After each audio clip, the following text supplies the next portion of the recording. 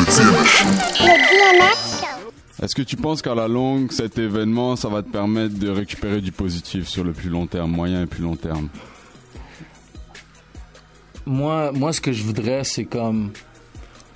C'est tu vois l'énergie qu'ils ont mis pour vraiment utiliser mon image, puis la twister à ce point-là. Yeah. Est-ce qu'ils sont capables de faire la même chose pour le vrai côté des choses?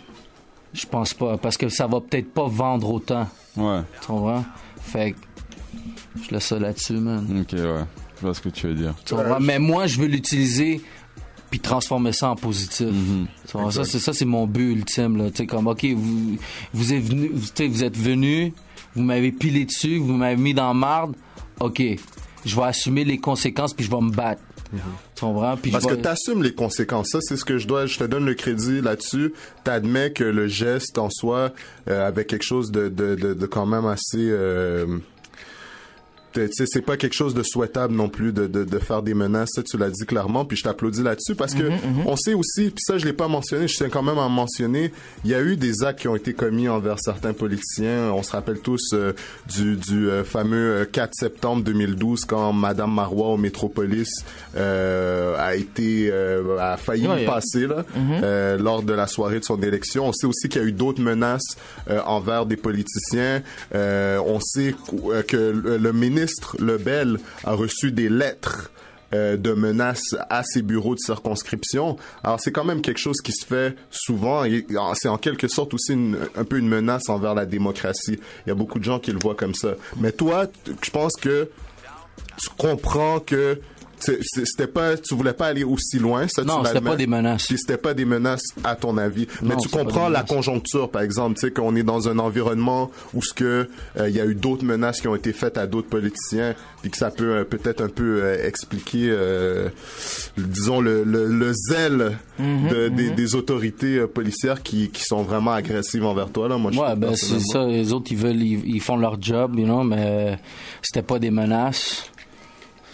Mais c'est ça, les médias sociaux... Eux autres, ils ont dit que c'était des menaces. Yeah. Eux autres, ils ont vu ça comme ça. Ouais. Moi, je te le dis, c'était pas des menaces. Non, c'est ça. Si t'avais un conseil peut-être à donner aux gens qui commandent sur Internet puis qui disent toutes sortes de sottises des fois, qu'est-ce que tu leur dirais? Là, de nos jours, c'est sûr, tu peux pas vraiment écrire n'importe quoi sur Facebook ou Twitter ou whatever, là. Mais, sérieux, j'aimerais ça dire de quoi... Yes. Moi, quand ça s'est arrivé, là, moi, j'en ai eu des menaces. En effet, ça aussi, on peut en parler. J'en ai reçu des menaces.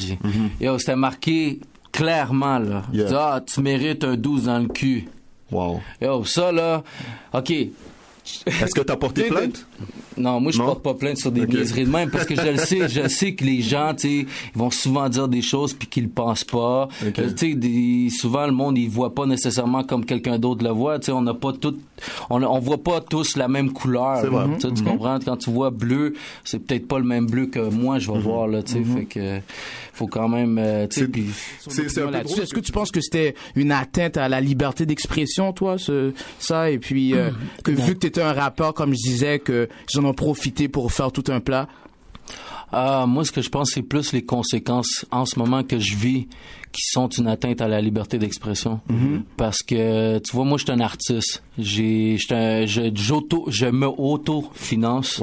Tu sais, c'est moi qui mets mon bread sur mes projets. Tu sais, j'ai jamais fait aucune demande au gouvernement pour ces affaires-là. Puis de toute façon, je pense pas qu'ils voudraient m'aider là-dessus non plus.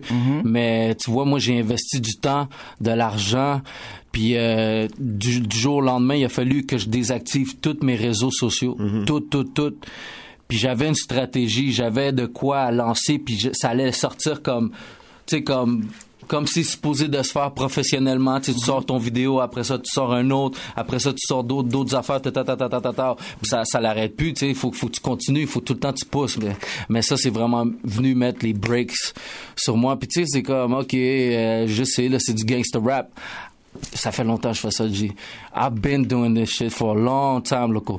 Puis moi, j'étais un gars qui faisait plus les behind the scenes. J'ai produit d'autres artistes avant moi. C'est ce que tu puis j'ai disais travaillé, tantôt. ouais, puis c'est ça, puis j'ai travaillé avec d'autres artistes qui sont plus connus comme Medine.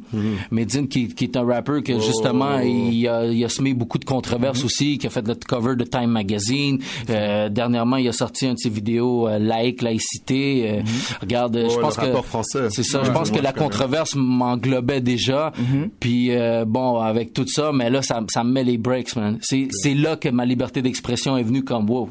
Je peux même pas m'exprimer. J'ai fait une requête, ça a été accepté. Okay. Puis là je réintègre le tout peu à peu tranquillement, tu sais, mais il faut que je fasse attention à qu'est-ce que je dis, qu'est-ce que je fais parce que on dirait qu'ils sont vraiment après moi puis ils check.